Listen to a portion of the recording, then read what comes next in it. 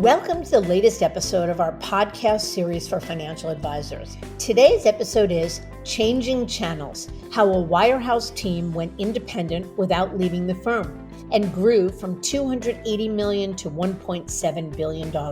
It's a conversation with CEO Jason Andrews and COO Ross Bauer, founders of Merritt Wealth Advisors. I'm Mindy Diamond, and this is the Diamond Podcast for Financial Advisors. This podcast is designed for advisors like you who are interested in learning more about the evolving wealth management industry through candid dialogue with breakaway advisors, those from the C-suite, and industry thought leaders. It's available on our website, diamond-consultants.com, as well as Apple Podcasts and other major podcast platforms. So be sure to subscribe and share it with your colleagues.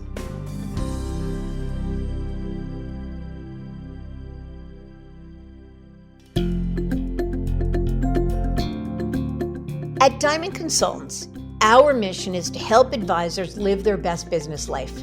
We want every elite advisor to find exactly the right place for their business and their clients to thrive, whether it's at a wirehouse, a regional, boutique, or independent firm. As the industry's leading recruiters and consultants, we've transitioned more than $250 billion in assets under management in the past decade. And each year, 25% of transitioning advisors who manage $1 billion or more are our clients. Curious about where, why, and how advisors like you are moving? Download the latest Advisor Transition Report to learn more, including intel on recruiting deals and our insight and analysis on the latest trends in the wealth management space. You'll find it at diamond-consultants.com/transition report. Or if you'd like to talk, feel free to give us a call at 908-879-1002. Almost every advisor we host on this series shares the desire for greater independence. The good news is that there are plenty of options available in the ever-evolving industry landscape for advisors to find just what they're looking for, including firms with multi-channel affiliations. These give employee advisors an opportunity to slide to an independent model and become true business owners with far less hassle than they might have dealt with had they gone to another platform provider or built an independent business themselves. Wells Fargo Advisors Financial Network, or FiNet as it's commonly known, the independent broker-dealer arm of Wells Fargo Advisors, is a popular home for advisors looking to go independent without the heavy lift of setting up their own firm from scratch. And that's especially true for Wells advisors, particularly this episode's guests, Jason Andrews and Ross Bauer. As employee advisors at Wells Fargo's Private Client Group, or PCG, they built the business to $280 million in assets and decided that it was time to build their own firm based on their vision. That is, one that was founded on flexibility, freedom, and family, as they put it. After conducting due diligence, the notion of a transition to independence without actually leaving Wells was of tremendous appeal. So in 2019, they made the leap and launched Merritt Wealth Advisors with FiNet. And today, 5 years later, they're managing nearly $1.7 billion in assets. What is it that drove such incredible growth in such a short time? What specifically made changing channels within Wells more attractive than other options? How do their business lives differ from their time as employees of Wells to C-level leaders of their own firm? And what is it that other advisors can learn from their extraordinary growth story? Jason and Ross discuss all that and more with my partner, Lewis Diamond. Their story is a compelling one, so let's get to it.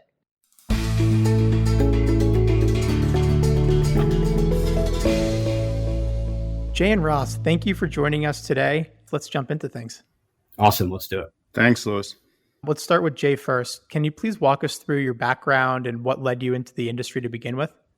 I've always been a numbers guy. And when I was at school, I was focusing on accounting and thought that was my career path, and did a little bit more due diligence and research and really found the financial advisory and wealth management side very interesting. I'm a people person, love interacting with people, love helping people out.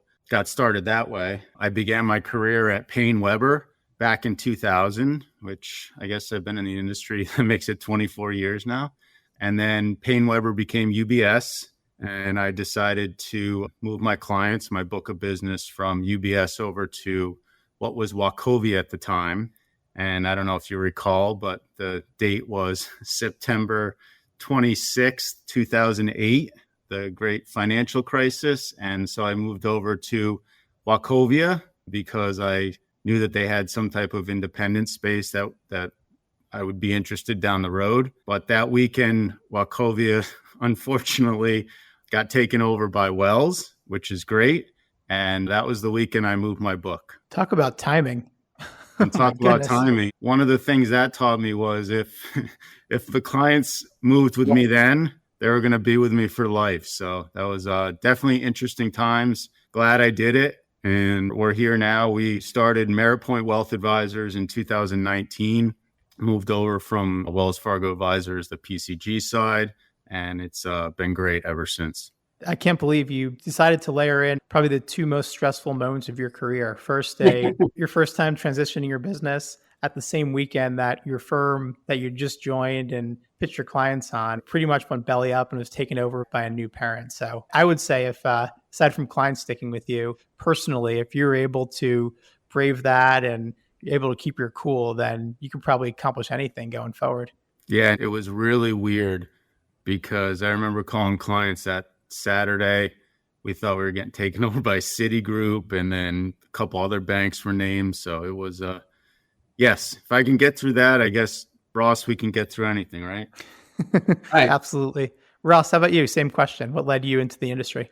Yeah, I think like me, the journey really started in college. I was studying economics, thinking I wanted to be a lawyer, and had an experience interning at a law firm maybe sophomore summer, and decided that probably wasn't the route for me. So I was back to the drawing board and always interested in investing in markets classes. And I came across an internship opportunity the following summer at Merrill Lynch and ended up working under an advisor, Alex Mealy, who has since become very successful at Hightower. And that was my first experience with the business and got to see what it was all about from a client relationship standpoint, from an investment management standpoint, and a team element as well, because she was part of the team. So really got interested in the biz that way. And when I finished up school, I was looking for opportunities in wealth management, connected with Jay, believe it or not, and came to work for him. He was at Wells at the time with our other partner, running a growing and successful wealth management practice. So I came in a junior capacity, initially on the operations side, then over time got more involved in client management, running the portfolios, eventually went through the Wells Fargo FAIT, FA training program, and started building my own book of business, more formally partnered with Jay a few years into that. And then we launched Merritt together in 2019 and have been continuing to grow the biz together since. Excellent. So just for perspective for the audience, we'll get to the launch of Merritt and all your growth. But today, as it stands, can you give us an overall sense of what the business looks like, what the team looks like, and anything else just to give some quick perspective? Yeah, for sure. So today, we're really proud, I think, of where we've gotten to in a reasonably short amount of time. We just celebrated our 5-year anniversary earlier this year, February. We currently sit at just under 1.7 billion in AUM. We've got, I believe, 25 team members across 3 offices in Greenwich, Connecticut, Westport, Connecticut, and New York City. And we've really built the business to attract entrepreneurial, independent-minded financial advisors who want the benefits of independence, they want the economics, but they don't necessarily want to go it alone.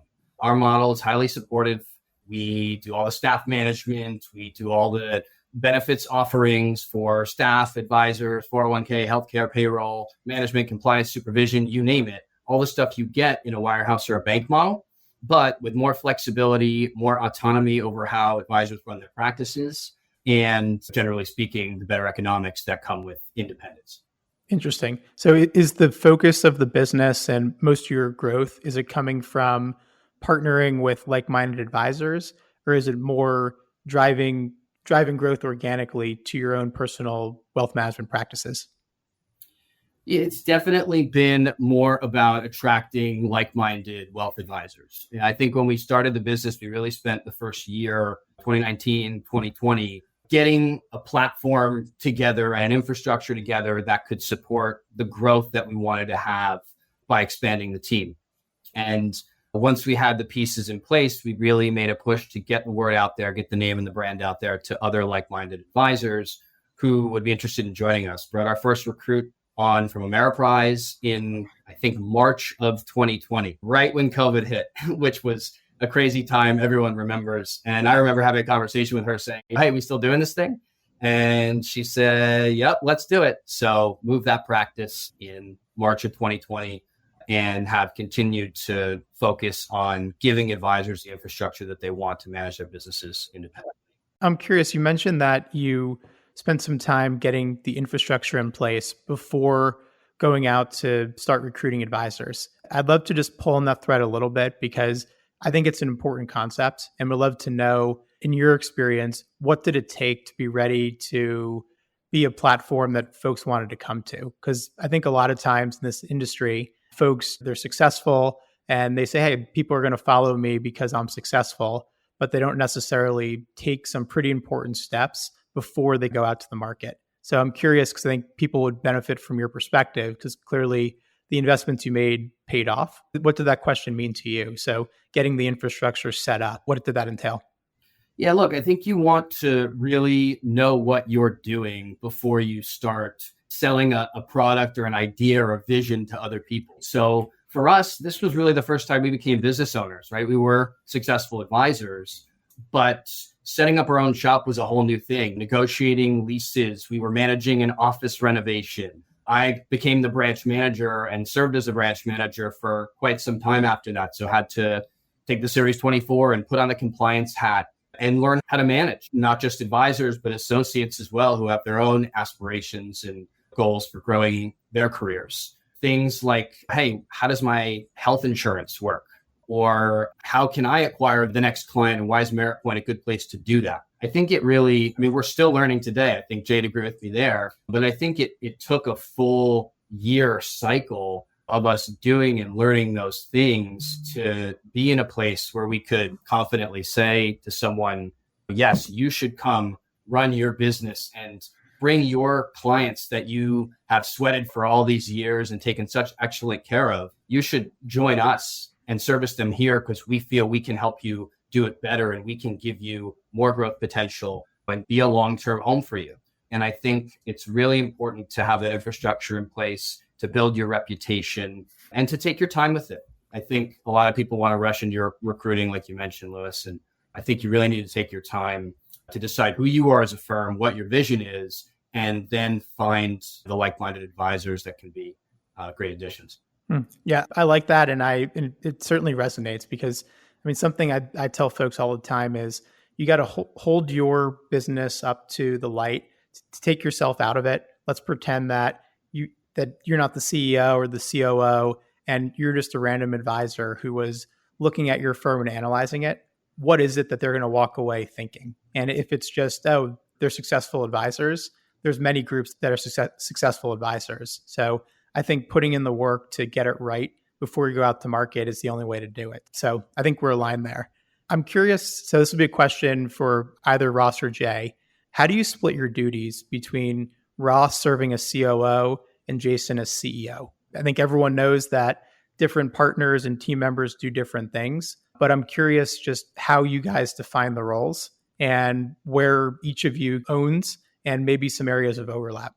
Ross, I'll let you answer that. One of the things that makes Merritt Point so successful is just mine and Ross's relationship to not only help each other, but to learn from everything. And that's one of the things that Ross mentioned earlier, that just there's going to be mistakes. There's going to be things that you have to learn from. And we've come to our roles that way and what we're good at and what we're best at and what we can support each other as.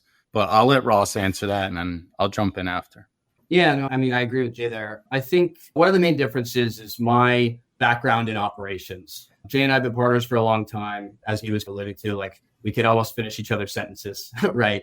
We have the same vision for the firm. We know what we're building. We know what we're trying to get to, but we lean on each other for each person to bring their strengths to the table. And like I mentioned, before I was in my role as COO, I served as the branch office manager as we were growing. So spent a lot of time in operations, in compliance as we were building and growing the firm. Prior to that, had other experience in operations as well. So I think where that leads us today is I spend a lot of time looking at systematizing different components of the business, still involved in overseeing those compliance operational aspects, as well as things like advisor pods and teams within Merritt Point. How do we properly service them so that they can continue to grow their businesses within the firm? And ultimately, I think one thing we both focus on, that I certainly spend a lot of time on, is how do we ensure the longevity of Merritt Point? And how do we make this a place where advisors and team members want to call their forever home? To date, in the past 5 years, we've had very little turnover. And you certainly can't avoid all turnover, but we don't want this to be a place like many of the wirehouses are, where you're in the door on a deal, you're out the door when your deal's over. We want this to be a place where advisors feel like they can grow, they can take their businesses through the full life cycle, right? Of growth to maybe maintenance to retirement or some kind of monetization. And that's become a big focus of mine, is how do we make Merritt Point a place where people can be for the long term? How do we develop talent internally now, maybe from non-advisor staff who continue to play a larger role in the client servicing space and other areas of Merritt Point beyond the operational capacity where they might have started, right? Those are some of the things that I spend some time on. And Jay, how about you? And I'm also curious, as Ross was describing how he spends his day, are those elements that you say, Ross, you're great at that, and either you're not good at that, or you don't prefer to do that, or maybe your answer is your time is better spent doing something else? I think it's both of those things. Most of my time is spent on recruiting and growing the business and making sure our vision is the same and providing, like Ross said, the last stop for advisors. I had a meeting with a advisory team on the Wirehouse side last week, and one of the guys said to me, I mean, he's still young, he's in his early 60s, and he said, Jay, when I move over to you guys, this is going to be my last stop. I'm not going to do this again. And that's one of the things that we focus on, like Ross said, making sure that's really important to us, and providing that level of service for the advisors and the amount of growth. And again, we keep talking about our vision. When we first formed Merritt Point, we were joking around and looking for a tagline. And I used to joke around and say, there's the F words, and it's not that F word. It's flexibility, freedom, and family. And I think we're trying to build out an organization where we all feel like family. And that's one of the things that I like to focus on, making sure that as the CEO or the leader, that's really important for our firm. Very interesting. I think the dynamic you have is an important learning for anyone listening. I mean, businesses, as they scale, you need folks who own certain competencies or areas. And to me, the best businesses in the industry, they have a really good COO who takes the non-client facing work off the plates of the CEO and the advisors, and can basically make it so that advisors and the business can operate as efficiently as possible. And sometimes if you have a CEO who wants to control everything, that's a challenge too. So it seems like you guys have hit the right balance where you each can focus on what I would assume fulfills you the most, but also what you're really good at. And that gives your advisors the best possible platform. Louis, I'm going to jump in. That was really difficult for me. I'm a personality. And at one point, Ross and I had to sit down, and he basically was like, Jay, you gotta let go a little bit. And that's actually been one of the best things that's happened in our business. You have to remember, Jay and I, we've worked together for 10 years now, but as I mentioned earlier, I came into the business working for Jay. So as the business has grown, as we've grown, we've always had a strong relationship, but it's obviously changed over time. So those dynamics it's been fun to watch them evolve. No doubt.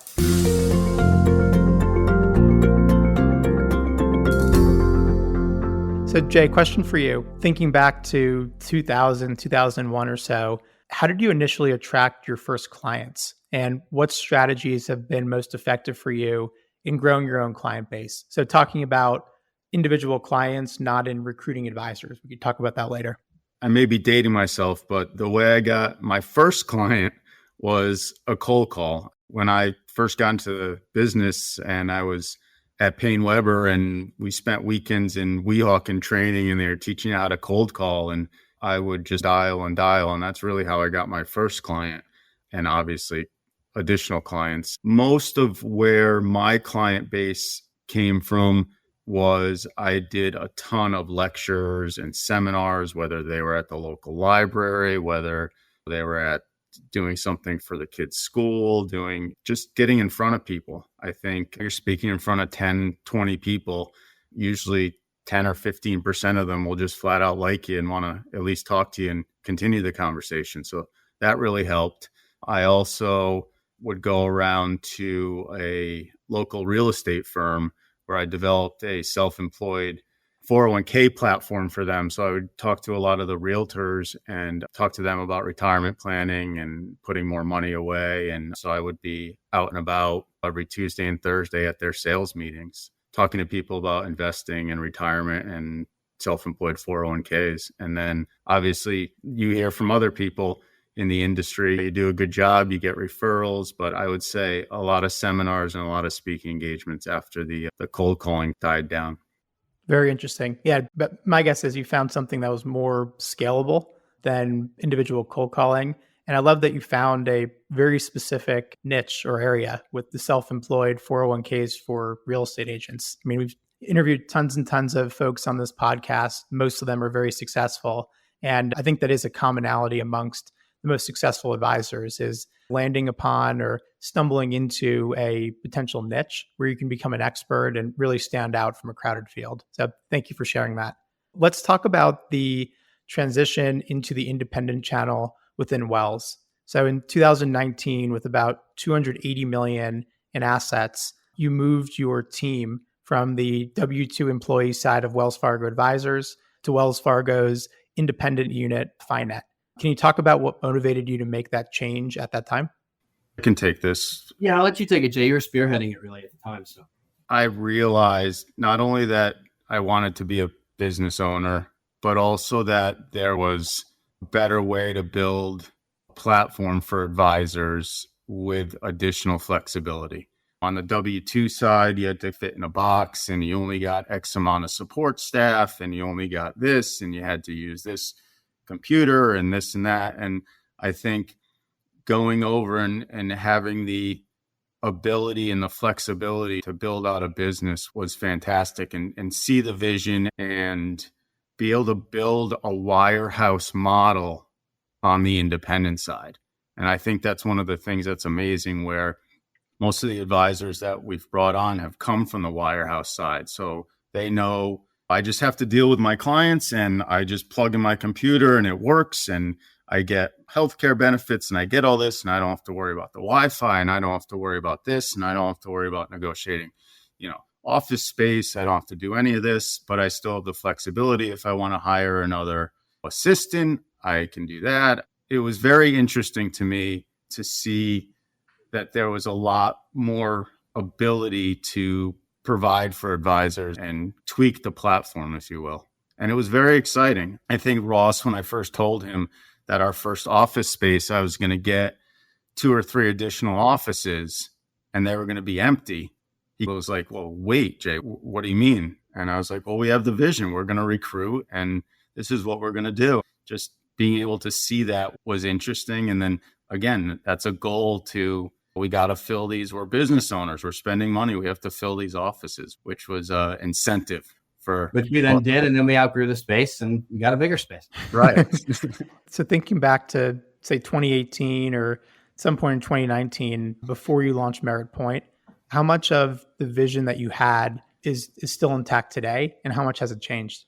I think it's still intact. I mean, I had this vision back in 2014 when I first looked at the independent space. We did a lot of due diligence, and finally, end of 2008, it was February of 19, we decided to make the move. I mean, the vision is still here, and our goal, like Ross said, we have 25 team members. I mean, our goal in the next, with multiple offices, we're looking at additional states, which we've always talked about. So I don't think it's changed really at all. I don't think the vision's changed either. I think competition's picked up. I think it feels like when, at least to me, in 2019, when we launched and we started building the infrastructure and recruiting and everything else, we felt like trailblazers. A little bit. I realized we weren't the first ones to it, but it just feels like now with the trend to independence, there are obviously more and more firms coming online, which I think is a good thing. I think healthy competition's obviously a good thing. It makes everybody better. And I've seen some really good independent business models out there. And I've seen some that I'm like, I don't know that this is going to be around in 5 years. And I think Jay and I look at those things as we assess our vision and how we're delivering on it. And we use those other firms as benchmarks to see if we believe that we're following the correct path. Interesting. So before you made the internal move to independence within Wells Fargo, did you think about or consider other versions of independence? Or was it really, we have this vision, we want to be independent, and if we can move internally with way less friction than changing firms, that's going to be our path? Yeah, I can take that one, Jay. I mean, I think we did do due diligence and really look at a lot of different options that were out there on the street, from other independent models to hybrid models. And ultimately, I think for a combination of the reasons you said, the move to FiNet was the right one. And we're very happy with it. We've been very happy with it. Obviously, it's lower friction, right? Making that transition. But that's only one reason to do it. I think what really got us excited and still has us excited is the amount of investment that Wells is making in the platform, and they've continued to evolve it and deliver on that as they've built that independence, as they've helped support Merritt Point with recruiting and growth and everything else that comes with that. And as they continue to build out their platform on the hybrid side, on the RIA side, they're doing a lot of really interesting stuff. Yeah. So, I mean, it leads into the next question, which is, seems like it was the right move for the business, because what I'm most interested in hearing about is how you grew the business from 280 million in assets in 2019 to now being right around or above 1.7 billion, with, I would assume, an eye on 5 or 10 billion soon after. So what do you attribute to this incredible growth? Look, as we've said, in 2019, it was really build the infrastructure and then let's see what we can do with this thing. And as it's grown over time, yes, we've been able to look more tangibly at, obviously, the next milestone's $2 billion. And then, 5, 10, sky's the limit from there. It's really been, I think, the ability for us to attract not just advisors from wirehouses, but quality advisors from wirehouses who we get along with, who support the vision that we have and fit in with what we're building and want to be part of it, and who we can then in turn deliver a ton of support for. And I think I say to Jay a lot, and we just did a big website renovation, if you will. We launched a new website. We're constantly working on the brand and getting the name out there. And I say to Jay often, I don't want a meeting with an advisor to be the first time they're hearing about Merritt Point. I want them to have seen us on LinkedIn or been to the website or heard from another advisor or a friend that Merritt Point does independence. They do it well. They do it differently.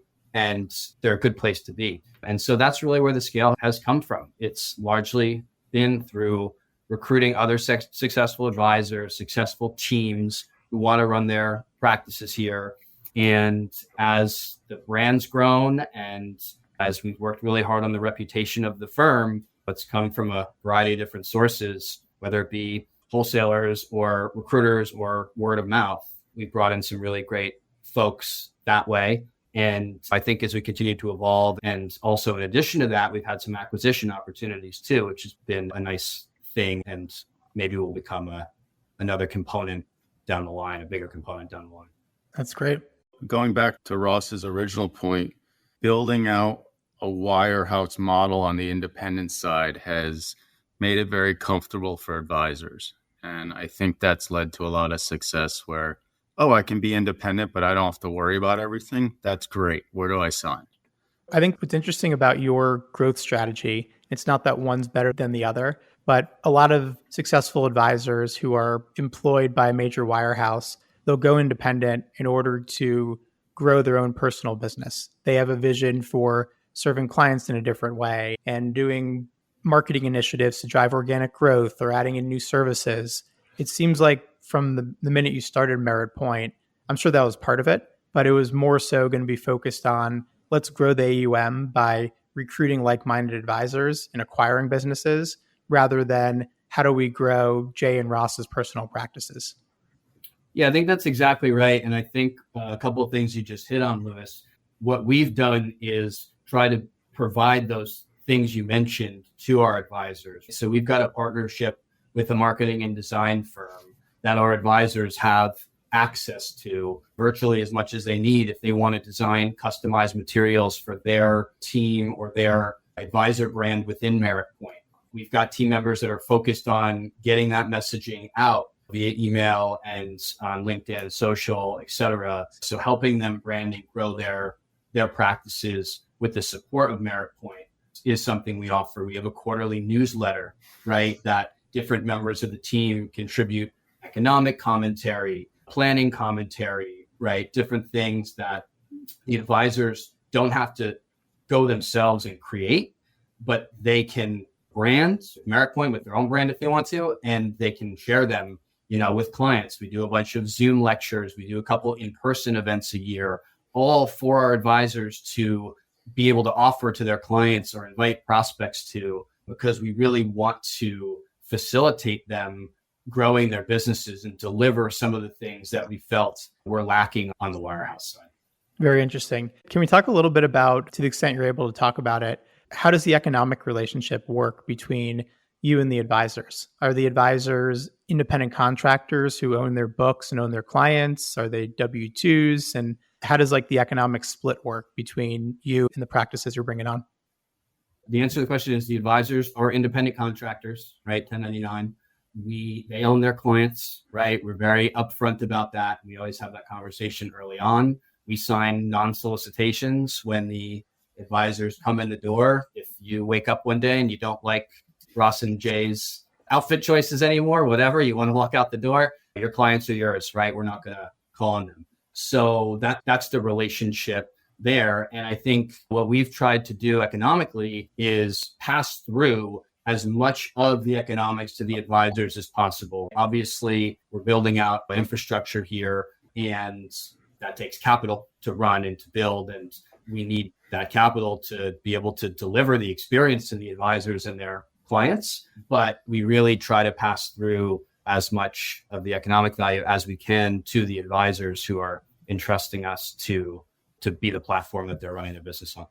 And I'm curious, from a enterprise value standpoint, as you think about how do we grow the enterprise value of Merritt Point Wealth Advisors, what steps are you taking to grow that value? Because I know there's a school of thought in this industry that if you have a business of independent contractors who can all walk out the door whenever they want to, that perhaps the business isn't as valuable as if you acquire the practices or you had advisors sign very strict non-competes and non-solicits. So how do you think about the value of the business if you ever do decide to take chips off the table or sell it?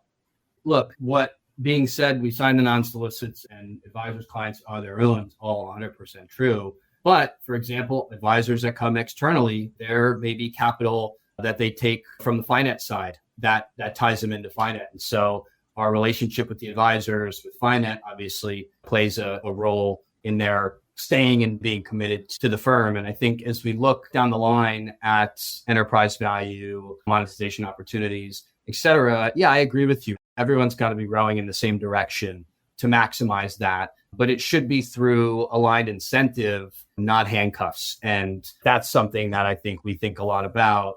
It's, hey, independently, we may have a bunch of $100 million AUM businesses, but put them all together and it's something a lot different. It's worth a lot more.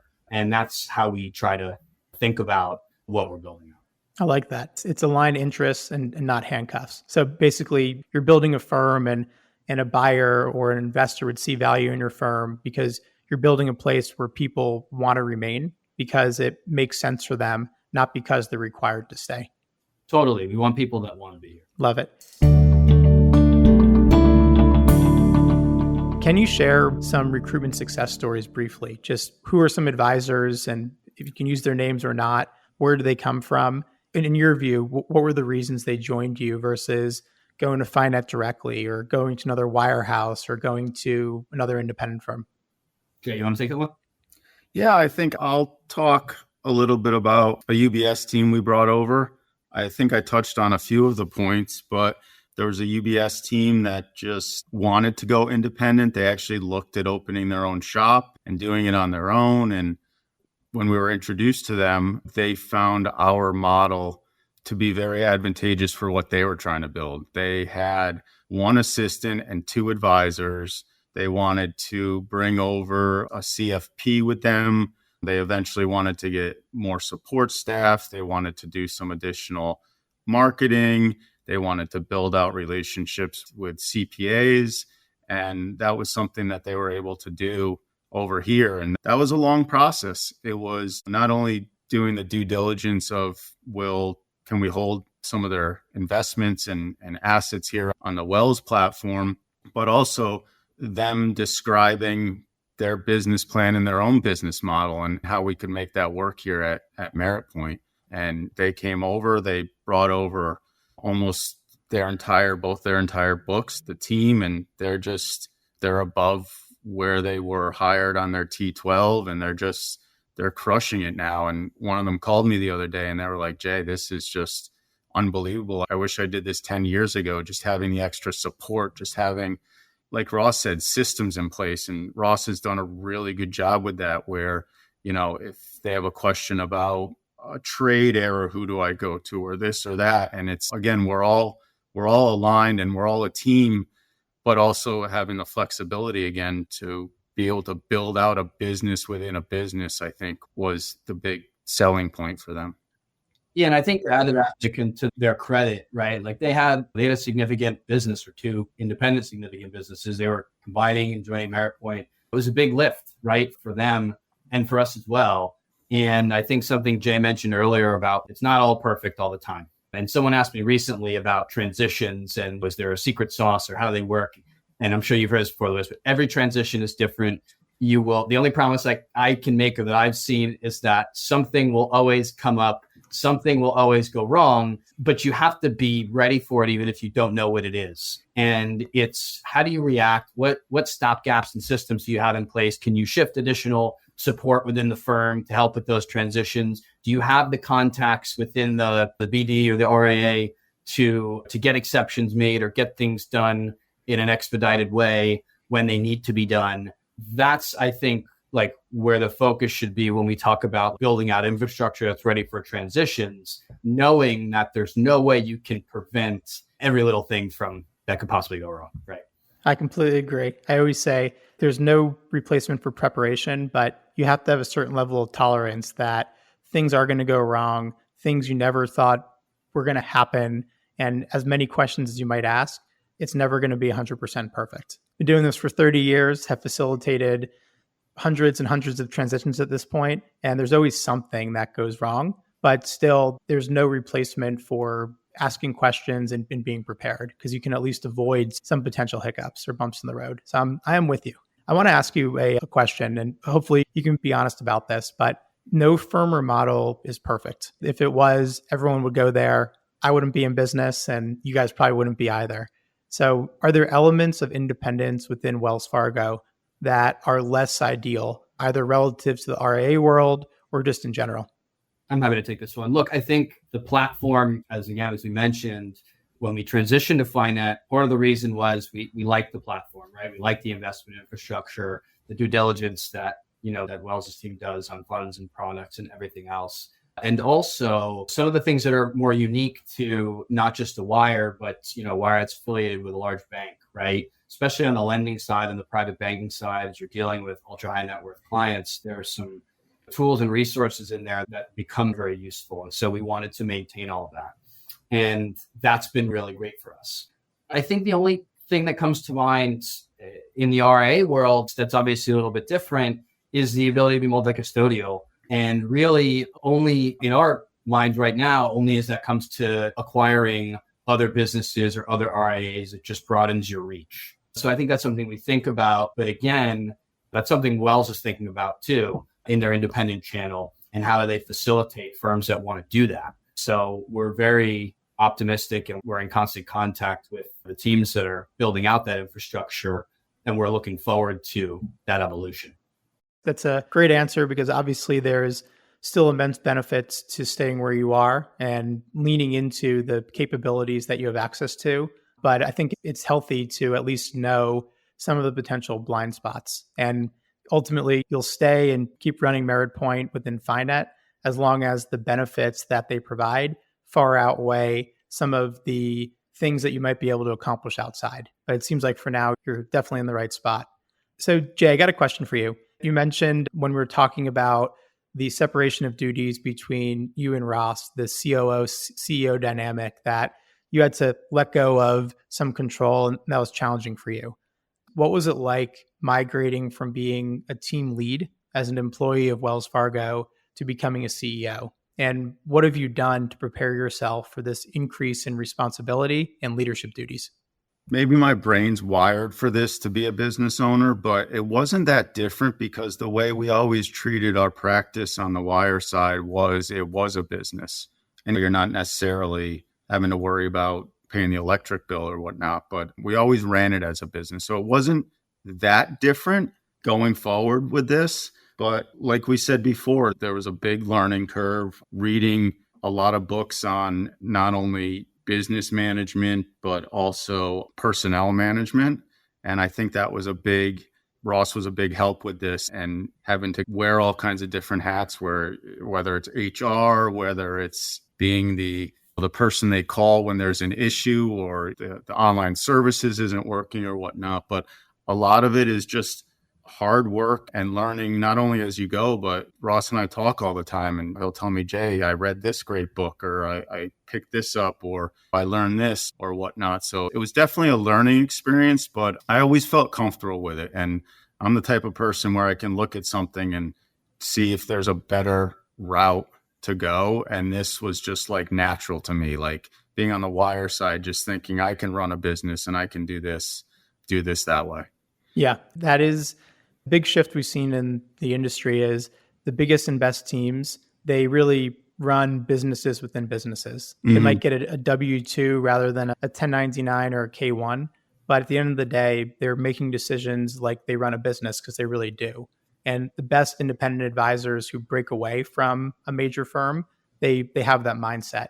But I think it's also important to call out that you can't just run the same exact plays. There's differences, there's more responsibilities, and you have to be, I think, excited to take on these additional duties. And the key is what you said, it's reading, it's coaching, it's asking questions, and being open to learning and growing, and having more of a variable mindset than a fixed mindset. So I think what you said certainly resonates, and it's what we see from many of the industry's best independent business owners. I think even going through the process and doing the due diligence, like we said before, as long as you're learning, whether it's employment law or whatever it might be, there's always something more to learn.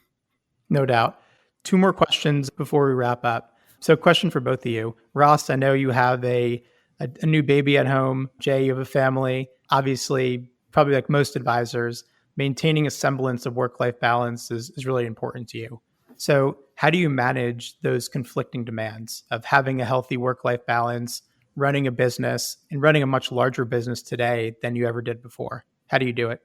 Yeah, for sure. And fatherhood for me being very new, so still figuring that one out each and every day. But yeah, look, between that and family, and obviously wanting to have some hobbies and some life to complement the things we're building here, it is a bit of a balancing act. I think I try to think of it a little bit more as a harmony. I think ultimately, though, Jay, you probably have the same answer. That is not something either of us struggles with a lot. And I think the reason is because we're so passionate and interested in the industry and what we're building and everything going on. It doesn't feel like work. And that doesn't mean every day's a picnic, right? But we often talk at night. We often talk on weekends. We might have calls with our finance team or our attorneys in weird off hours because we just don't mind doing it. And if it means, hey, I'm going to have an 8 p.m. call because then I can do bath time with my daughter, which my wife might laugh about and say, really, when are you doing bath time? But those are the kinds of things that I think don't bother either of us, that we embrace, because at least for me, it's an all-encompassing thing. The work and the business and people that are part of Merritt Point and family and hobbies, they're all important in their own way. And fortunately, I feel like I get to enjoy them all together. Yeah, I'll just piggyback that. I love what I do. I don't feel like it's work. People may poke fun at me for sending emails at 4:30 in the morning or texts or whatever, but what we're building, when some of the advisors or some of your team members are texting you on the weekend about a golf event or something else going on, it's fun. And that's one of the things I think that Ross and I, as we build this out and continue to build it out, just if you're having fun, it makes things easier. And the work-life balance has never been an issue for me. It's just, again, part of the reason of being independent and having that flexibility and not having to be at a desk 9 to 5 or having to do, I'm air quoting now, you can't see, but work additional hours. And I do have to give credit to both of our wives, and my kids are older. They're 14 and 16. My son's getting his driver's license next week. So we were lucky, and my wife and Ross's wife understand. And I think there's also a support system that's really important as well. Thank you for sharing that. I think it's a great and refreshing answer.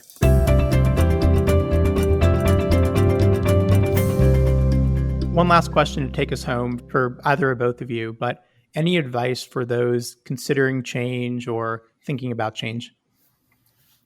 Yeah, I'm sure we both want to hit on it, but I'll just say, I think the industry has changed or evolved so much in the past 10 years that I've been involved. I think it's wise to assess your surroundings from time to time and stay up on trends and understand what's out there. And I think, especially in the independent wealth management space, where there are lots of new and different options popping up, take the time to do the due diligence and really understand where you're joining.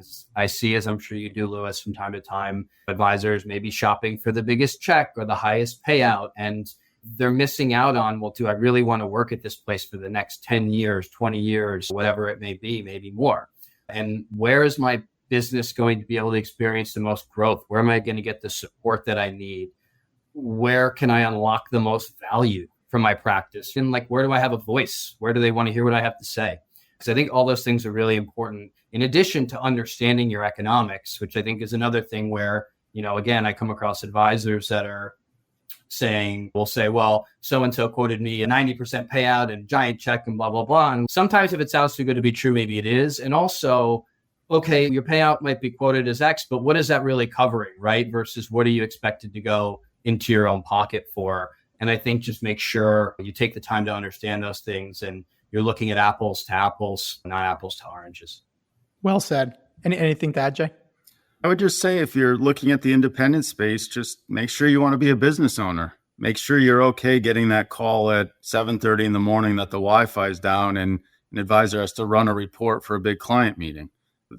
That type of stuff. Again, it's all fun and it's great. And the industry trend is moving towards the independent space. And I think for Ross and I, it's the best thing we ever did. And my one regret is that I didn't do it 20 years ago.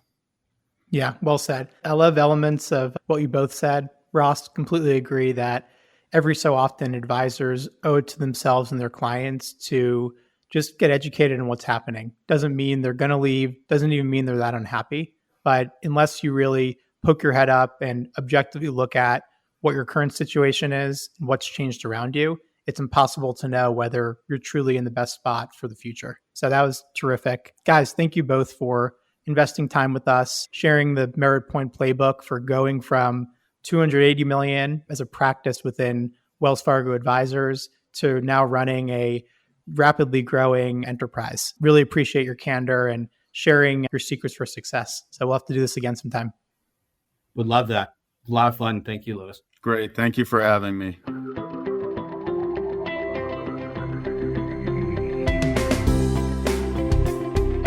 Curious about where, why, and how advisors like you are moving? Download the latest Advisor Transition Report to learn more, including intel on recruiting deals and our insight and analysis on the latest trends in the wealth management space. You'll find it at diamond-consultants.com/transition report. Or if you'd like to talk, feel free to give us a call at 908-879-1002.